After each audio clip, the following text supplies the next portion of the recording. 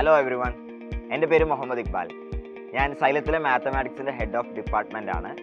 ഞാനൊരു IITian കൂടിയാണ്. കഴിഞ്ഞ 13 വർഷങ്ങളായിട്ട് IIT പോലുള്ള പ്രീമിയർ ഇൻസ്റ്റിറ്റ്യൂട്ടിലേക്ക് കുട്ടികളെ പഠിപ്പിക്കുന്ന ഒരു അധ്യാപകനാണ്.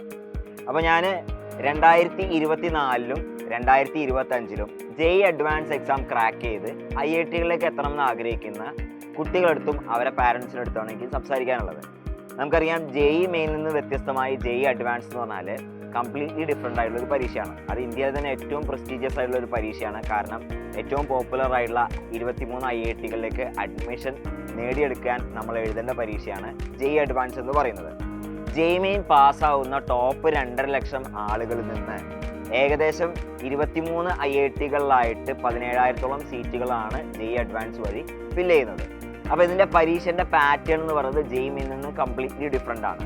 ഒരു ദിവസം 2 പേപ്പറുകളായിട്ട്, അതും ക്വസ്റ്റ്യൻ്റെ പാറ്റേൺ എന്നൊക്കെ പറഞ്ഞാൽ സിംഗിൾ ആൻസർ കറക്റ്റ് ക്വസ്റ്റ്യൻസിനൊക്കെ പുറമെ ന്യൂമറിക്കൽ ആൻസർ ടൈപ്പ് ക്വസ്റ്റ്യൻസും മൾട്ടിപ്പിൾ ആൻസർ കറക്റ്റ് ക്വസ്റ്റ്യൻസും മാച്ചിങ് ക്വസ്റ്റ്യൻസ് ഒക്കെ വരുന്ന കംപ്ലീറ്റ്ലി ഡിഫറെൻറ്റ് പാറ്റേണിലുള്ള ഒരു എക്സാമാണ്. അതേപോലെ തന്നെ വളരെ ലോ സ്കോറിങ് പരീക്ഷയാണ്. അപ്പോൾ ഇതിൻ്റെ പ്രിപ്പറേഷൻ്റെ സമയത്ത് നമ്മൾ ശ്രദ്ധിക്കേണ്ട ഒരുപാട് കാര്യങ്ങളുണ്ട്. അതേപോലെ തന്നെ ഡ്യൂറിങ് ദി എക്സാമിനേഷൻ നമ്മളുടെ പെർഫോമൻസ് ഒപ്റ്റിമൈസ് ചെയ്യാനുള്ള കുറേ ട്രിക്കുകളും സ്ട്രാറ്റജീസും ഒക്കെ ഉണ്ട്.